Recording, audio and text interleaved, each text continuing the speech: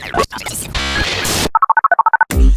Voices, Metro Voices, Metro Voices, Metro Voices, Metro Voices,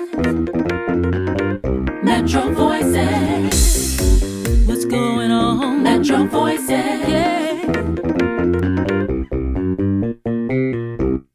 Hey, what is going on, Metro family? Thanks so much for joining us. Happy you're here to hear from the leadership directly about the service plan, the recovery plan, and the budget, and how this is going to change our daily work lives. Whether you operate a bus, a train, inspect tracks, or support administrative support, you are going to want to hear how this is going to change our daily lives. We've got with you today our general manager, COO, and president of 689, and they're going to tell you what you need to know to do your job, as well as answer some of your questions. So before we get into the big Metro recovery plan, we're going to take a step back and remember that we have 80 of our colleagues that have been diagnosed with COVID-19. We have 2 of them that are hospitalized right now. And so our prayers and thoughts are with them. And 26 actually have recovered and are back to work. And I am more than thrilled to have one of those recovered employees with us today. Marcel Robinson out of Bladensburg Division. He's been one of our family members for about 10 years, and he's going to share his experience of what it was like. Marcel, thank you so much for taking the time and being here. How are you doing? Thanks, Barbara. I feel great now, but it was rough. You look good. You're a sight for sore eyes. You really are. Look, I'm giving you a elbow tap right now. I'm giving you an elbow tap. Can you tell me, how are you? Seriously, how are you feeling now? How long has it been? I feel great now. I feel 110% better, to be completely honest with you. It's been about a month and a half total. I've been back at work since the 27th of April. So you're looking at about a month and a half out with COVID-19, with the recovery period and all hospitalization stay. I was out for maybe a month, a little over a month and a half, maybe a month and 3 weeks, almost a month. Wow. Can you tell me now, what were the symptoms? We all want to know. This is where the learning happens. Tell us about the symptoms for you. For me, the worst symptom I had was a fever every day that ranged anywhere from 103 to 105, which is crazy for an adult. I ran a fever for about 5 days, actually. 5 days. 5 days, and you kept coming to work with a fever, or were you already gone home? No, it had actually, the onset was actually at the beginning of the BA day scheduling. So the Tuesday before we switched, I was on the bus and started feeling a little feverish, little congested. So I actually went into like 7-Eleven and got some Advil, cold and sinus, something like that. Because I thought maybe I just was coming down with a sinus infection or something like that. Took that. I was feeling fine the next day, which we started the BA days or AB days, was a B day. So I was off because I'm part of the A team. Laying in bed, I was running a fever all day. Soaked my sheets, actually soaked down to the mattress. It was a bad experience. My fever that day was the highest. It was like 106, and it went from there from 106 down to 103, 102, back up to 105. Before I was finally rushed to the hospital, and when I got there, my oxygen levels were extremely low, so they rushed me from Kaiser to the hospital via ambulance. Wow. And there you spent how many days in the hospital? That's the crazy part. It was a total of 7 days in the hospital. 2 of those days they didn't count because I was in the ER. So I guess they don't count hospital stays until you're actually admitted to the hospital. Wow. Wow. And so the main thing for you in your case, because you listen to the news and you hear a wide spectrum of symptoms, for you it was fever. That was the real thing, and maybe a feeling of a little bit of a sinus thing coming on? Yes, still a sinus thing. And then the last thing for me was once I talked to Kaiser, I was told to self-isolate because the day on a Thursday they sent me to the drive-through testing that they had set up at their Largo facility. So from that point, I was told to self-quarantine. Into Sunday, Monday, that's when shortness of breath started hitting me. So like even walking to the bathroom became a chore. I felt like I would pass out. So it was pretty rough. I wouldn't wish it on my worst enemy. Wow. But look, you're here to talk about it. What a blessing. What a blessing. And you look, sight for sore eyes. You really are. Marcel, because part of why we wanted you here is just to tell your story. It's impactful. What advice would you give other employees? Definitely wear your mask, keep your social distancing, wash your hands every chance you get, and if you don't have to be out, don't be out.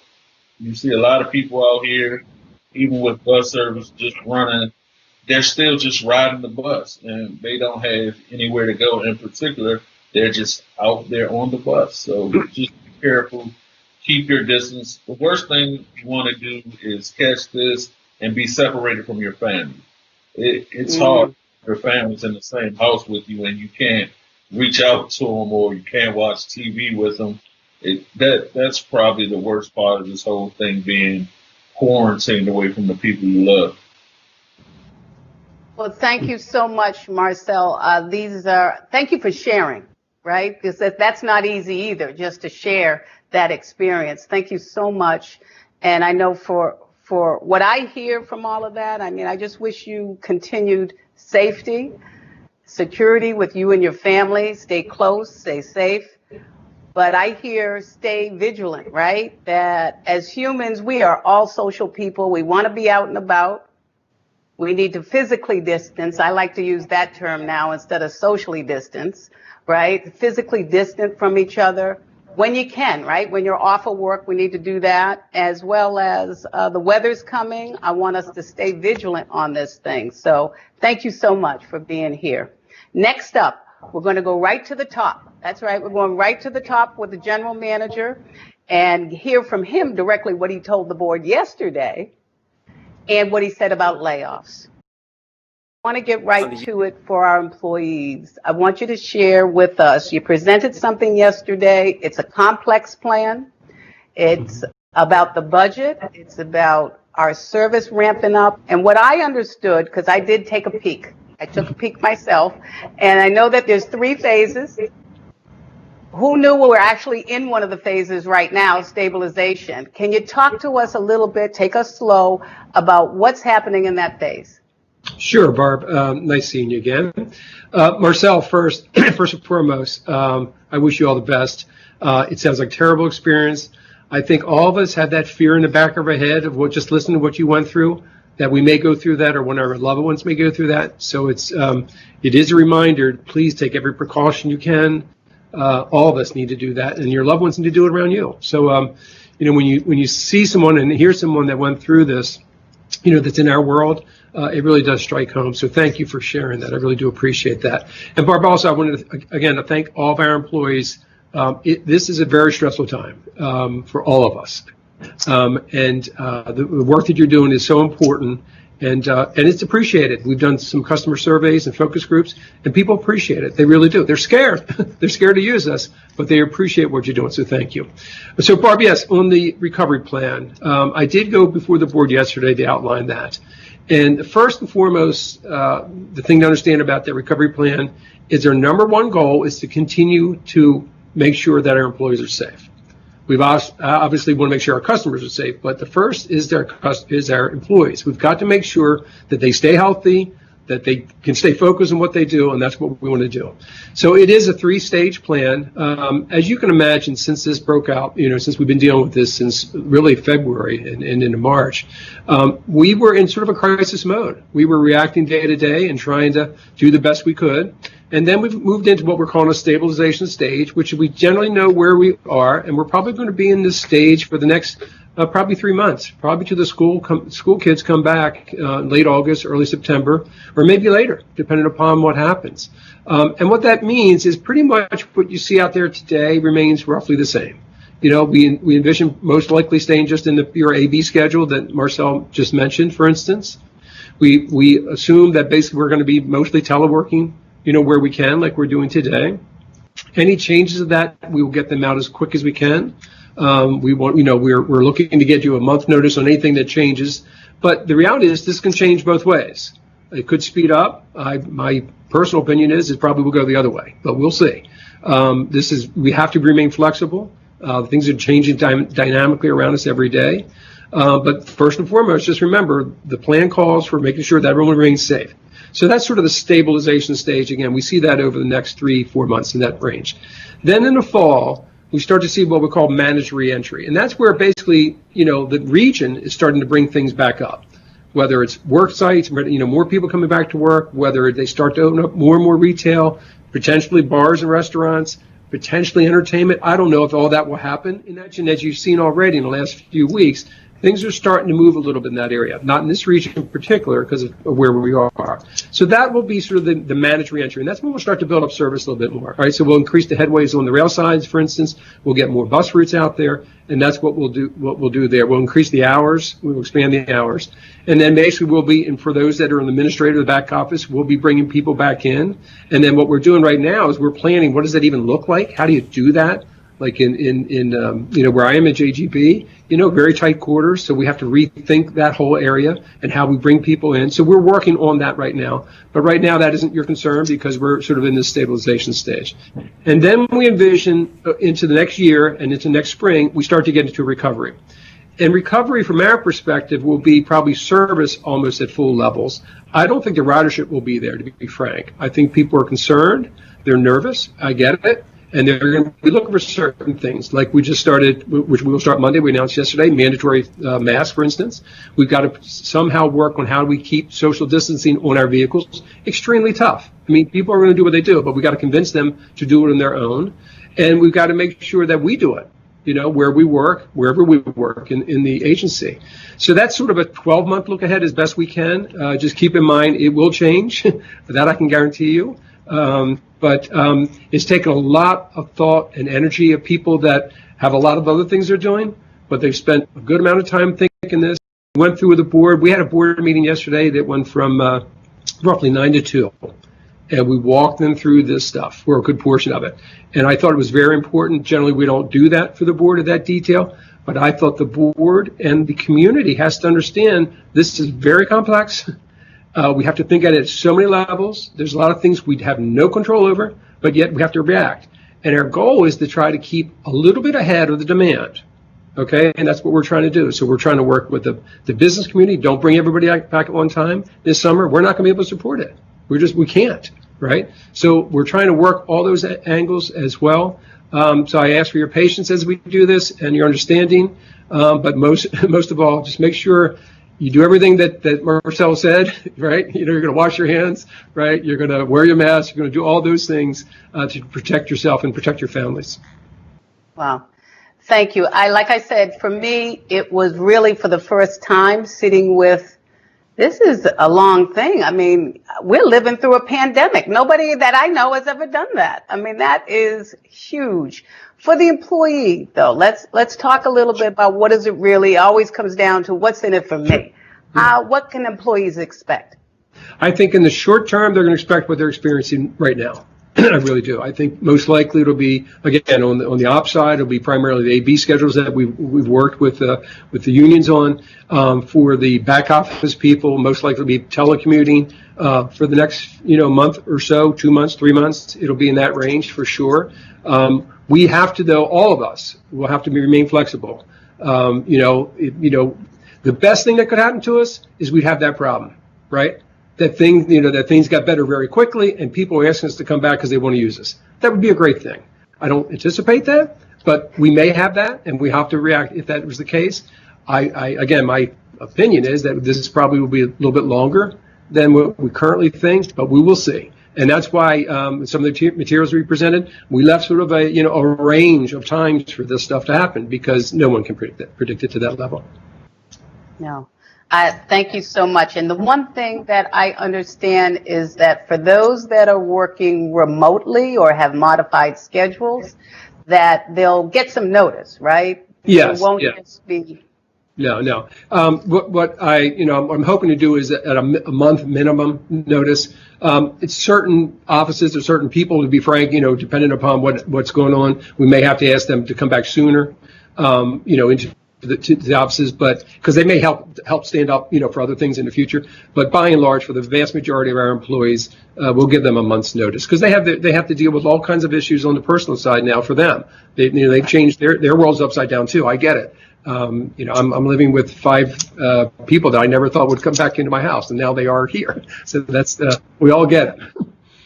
Gotcha. Another key component, Paul, to that plan was this idea about construction, right? That it almost was counterintuitive that we would start construction at a time when we want to ramp up, service. Can you talk a little bit what the thinking was there? Yeah, there's a few things there, Barbara. One was, we have made, thanks to everyone that's watching this, we made great strides over the last few years.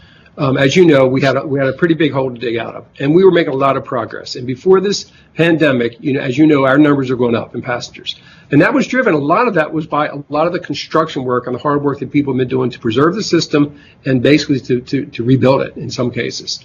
So we can't let that slip because it's a safety issue and it's a reliability issue. So we have to keep that going. Otherwise, we're going to fall backwards. The other thing is the current work conditions take more time. So we need to get out there and start doing things, because we have to, in a lot of these projects, we're social distancing. It takes much longer to do things that would have taken, in the past. So because of that, we want to take advantage of that. And the final thing is, of course, is the ridership is so low that when we do things, yes, we do impact some riders, but if we can provide bus shuttles, and yes, they wait maybe a little bit longer, but in the scheme of things, when you're only moving on the rail side 5% of what you were doing a year ago, let's do it now versus when we're moving, 600,000 people a day and having them deal with our issues. So that's the logic behind it. So on the 23rd, how many stations will be affected? It'll be everything from basically Boston to the basically the west, Silver Line, and outward will be closed. And then we're going to do spot improvements primarily through the district, different stations we need to get in, and basically do a number of works there. So those will be like a week to 2 week in length. So we'll put those out. They're all on the website that we've identified those. So that'll be a rolling thing that we're going to do. And again, it's going to be dependent upon what happens in the market. If people start coming back, we may have to slow that down. If they don't, then we want to take more advantage of it. So that will probably change. But right now, what we know today, we've laid out on the website that you can see. Thank you. So Sure. I'm going to give you the $1 million question, because with hearing all of this, makes people think that, gee, we got a lot of people, not a lot of service. Might there be layoffs? I want you to squash any rumors. Sure. Around Yeah, that. layoffs to me, I've been through this in my career. There's layoffs and there's furloughs. And layoffs are extremely tough, because that's generally when you're losing your job and we don't have the job anymore. Furloughs is a little different. That's usually a reduction in pay. Basically, you have some days off that are going to be unpaid. So that's how I've seen it play out in my career. So layoffs, no, and furloughs, no. Isn't anything that I'm recommending. But I do have to caution. The reality is, as we all know, we get funded by the local governments. Now, we've been very fortunate with what the congressional delegation has done and given us a lot of money. And that money is making up for all the lost revenues that we're not getting, okay, in the hundreds and hundreds of millions of dollars. If that revenue's got coming in, normally we would go to the local governments and say, you need to make this up. Well, they don't have it. They're losing their tax base. So we're using this federal money to do that. And by doing that, we basically have kept the workforce whole, okay? We haven't done layoffs and haven't done furloughs. But the local governments are going through a lot. So we will have to, at the end of the day, respond to whatever they do and or the federal government. But right now, it's going very well. Our projections are that we're fine into, obviously, this year and into next year. But again, as I said repeatedly, we got a long way to go. And so those numbers are going to change. Hopefully, they'll change for the better. But right now, there are no plans for layoffs or furloughs. That is wonderful, Paul. And thanks for always giving it to us straight. I know we're going to see you later on in the program.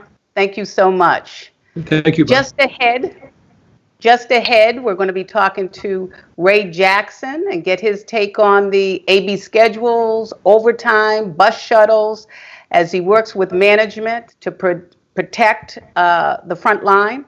But first, we're going to go to a leader and get some answers to questions that some of you have asked us right after this. This is a MetroVoices news break. I'm Dan Stussel, and here's what's going on. On Thursday, Metro GM Paul Wiedefeld announced that the transit agency would be strengthening its policy on the use of cloth face coverings in public areas of Metro. The new policy takes effect Monday and will remain in effect until further notice. All Metro employees and riders over the age of 2 will need to wear a cloth face covering or face mask while on Metro. On trains, on buses, inside stations, on platforms and mezzanines too.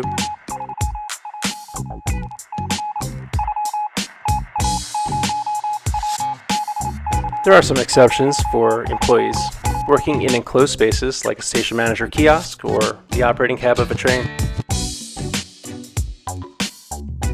As you probably know, the CDC issued updated guidance last month recommending the use of cloth face coverings as a way to slow the spread of COVID-19. Some people who are positive for the coronavirus don't even know they have it, just walking around. So wearing a face covering is something that we can all do to help protect the people around us, in case we're one of those people. Don't be one of those people. MetroVoices, yeah.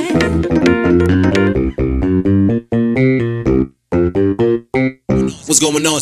So I've got some questions for Joe. Joe, I want to dig down a little bit for you. I want to know how your family's doing first and foremost, Joe. How's everything? Thank you. My family's doing really well. My 3 kids came back. They're not working right now. 2 of them are teachers, and one's an IT specialist in a school district. So they're home with my wife, and my mom, who's going to be 81 this year, is doing really well. God bless. God bless. Joe, we got some questions for you that many of our employees had too, and it affects our customers, and it's really around this social distancing, right? How it affects capacity and the actual ability to increase service. Again, counterintuitive for some folks. Can you speak to that? Absolutely. Our business is to move as many people as we can. So it is counterintuitive that we want less people using our system. But social distancing really does hurt capacity. We believe it's going to cut capacity down by 80% if we follow the 6-foot distancing. So here's like a quick example. Our standard full of fully loaded rail cars, about 120 customers. That's every seat taken with a lot of standees.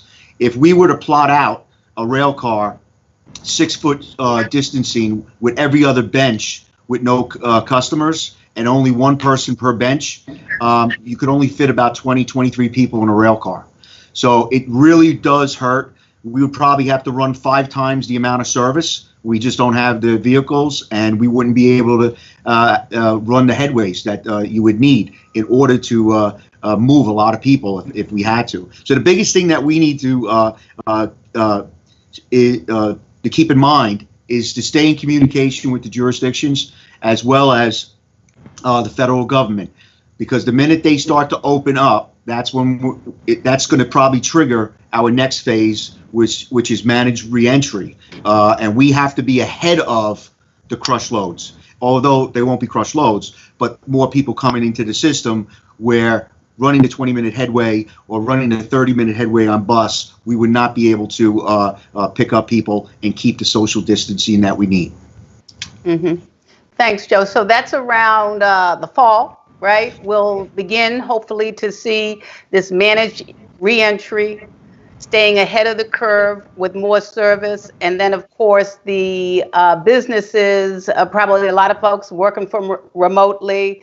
And we're just going to have to stay, it's like gears, right? Gears in motion, trying to make this thing happen. One thing I did hear, Joe, and you can let me know, SEPTA, right, in Philadelphia, SEPTA, they went back to opening up front door boarding and fare collection on buses on the 17th or on the 17th. Can you say if that's part of our plan?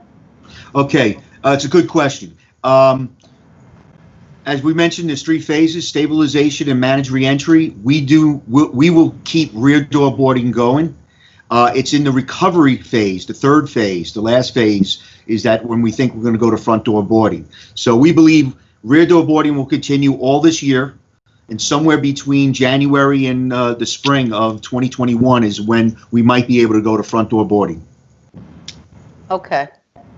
Thanks on that. So again, at the end, not now, at the end, that may happen.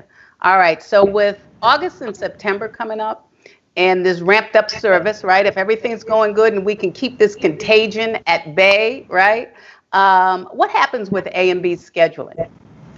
That's a good question. That's the period of time that we're going to have to eliminate A and B and bring the whole workforce back. And the reason for that is we're going to have to double the capacity of service that we're currently running now, because we feel the triggers will be the schools opening up, school and kids going back to school. We believe at that point more of the businesses will begin to open, and there's still going to be telecommuting, but we think there'll be, people will start going back to work at that period of time. And again, you were right. It's somewhere, we believe right now, somewhere between August and September is when managed reentry will commence. So, Joe, in general, even in this phase, right, with stabilization and certainly well into managed reentry, there's a topic that has been on everybody's mind. They've written to us quite a bit about, and that is face coverings. Quite a topic of discussions. Will that be? We know that we released that it will, starting on the 18th, required. How will it be enforced? I hear a lot about questions around that. Well, most of the transit properties are looking at the CDC guidelines that they're sending us, and they're saying for most transit properties, when you open up, but we've never closed, face coverings is required. So yes, as of Monday, it will be required. But to enforce it, I think it's going to be more social enforcement. I could tell you, as I ride the trains and I see more and more people today in our system, on our vehicles wearing some form of face covering, whether it's a mask, a scarf, or something like that. So I think from a social standpoint, I think that's where the enforcement is. But we're going to see what we could do. In the future, could we hand out some masks to some customers? That's what some of the things that we're looking at right now as our supply chain starts to add up. That might be something we could do just to help out. But I think overall, you're going to start to see people from a social standpoint put pressure on each other to start wearing a mask. Thanks, Joe. Thanks so much for that. It sounds like we've got the start of a great plan. We got to stay fluid, right? And watch all touch points to see how this unfurls. But appreciate you. Stay safe. Thank you. Now we're going to go, stay tuned, because we're going to have the president of Local 689, the biggest union that we have, Ray Jackson, coming up.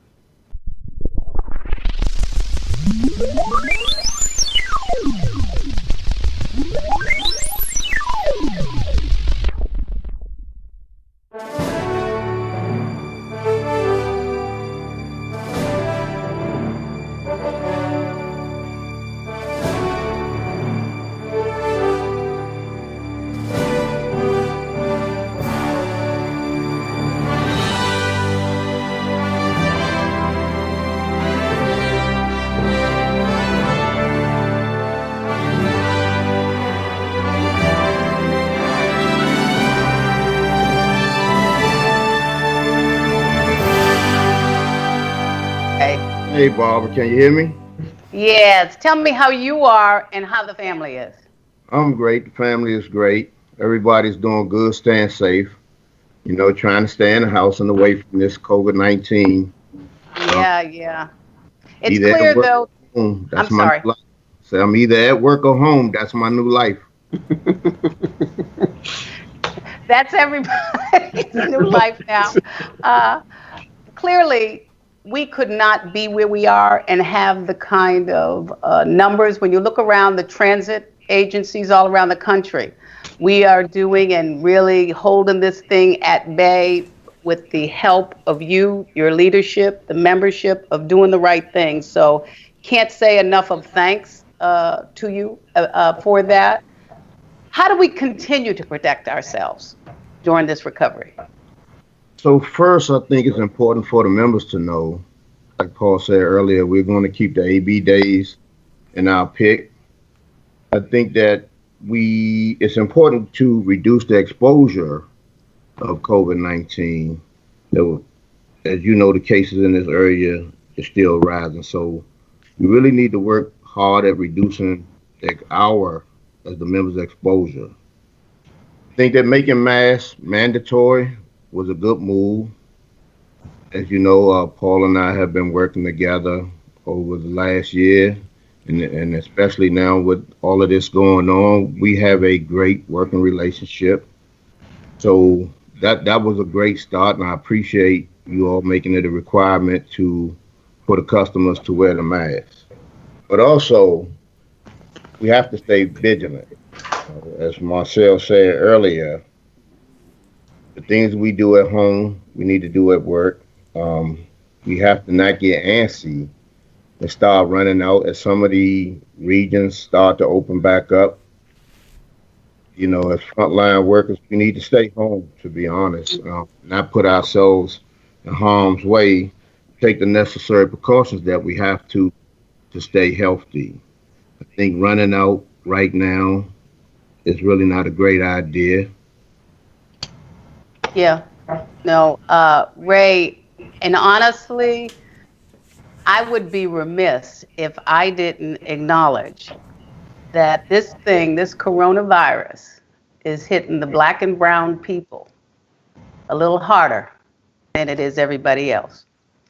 And as you know, our workforce is primarily black and brown. And it really, I just, what do we really need to do? Because this is so personal for us. Talk to me about that, because I know that for me, in my own personal life, and I talk to people, and I'm Zooming all the time with family. I mean, it's been a lot staying quarantined, right? And so as these different, whether it's the D, the M, or the V, begins to allow us a little bit more roaming, I would say for me, now is not the time. We need to lay back just a tad, but I certainly want to hear from you around that. So really, I think what we need to do is keep our guards up, continue to practice the safe distancing, routine things like washing our hands and covering our face. You hear the CDC say it all the time. But again, for me, most importantly, stay home. And if you don't feel well, if you feel like you're getting sick, that if you're showing some of the signs or symptoms of COVID-19, stay home. That's the safest thing and the safest place you can be. It's no sense in coming to work and exposing your coworkers to this deadly virus. And as you said, the majority of our members are of black and brown color, who again seems to be the ones most affected by this horrible disease. So just the basics, keeping your hands washed, trying to keep your work area clean, little things like that. I appreciate you, Ray, as always, your leadership, because I do believe we are going to get through this. On the other side of this, we will all raise a glass and say we lived through a pandemic. For sure. As we wrap up today, I want to remind you of a few things that we learned that you might not have known, and that is, hey, we're in this thing through the spring of 21 at least, and we got to stay flexible with it, depending upon how these cases spike. But we do have an infrastructure and a plan in for when it's time to ramp up. Good news, number two, is in no layoffs right now. As long as the governments keep funding us and we can afford the subsidies, we're good through next year. Remote working will continue, right? At least through the summer. The station's shutdown starts May 23rd for construction, and face coverings start on Monday. Before we go, I want to really offer the general manager, as always, the last word, and maybe we can rejoin the rest of our guests for some final words. Thank you, Barbara. I want to obviously thank Marcel. I know he had to leave, unfortunately, for a family issue. And I have talked to a number of our employees that either their friends or family members have suffered from this deadly disease. So it's terrible. It's through the entire community. So, you know, our heart goes out to everyone every time I hear one of these poor stories. It's tough. Ray, I want to thank you, obviously, for everything you're doing. You've been a fantastic leader. I think you get it. I mean, you really do. You understand that we're in this together, and it really is about each other's safety, and we got to work together to make sure we do that. And so I pledge you that we'll continue to do that. I know Joe's the same way. I know our entire team's that the same way. And then, again, just to thank everyone for everything they're doing. Unbelievable times. You know, the world is upside down. If there's a word beyond surreal, we're at it, right? That's, you know, it's just, there is no description for it.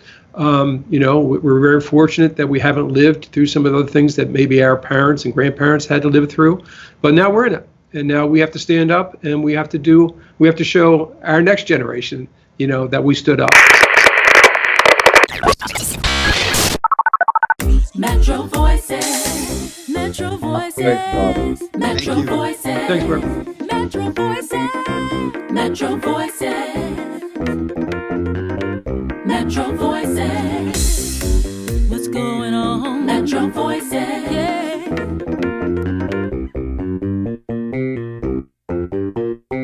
What's going on?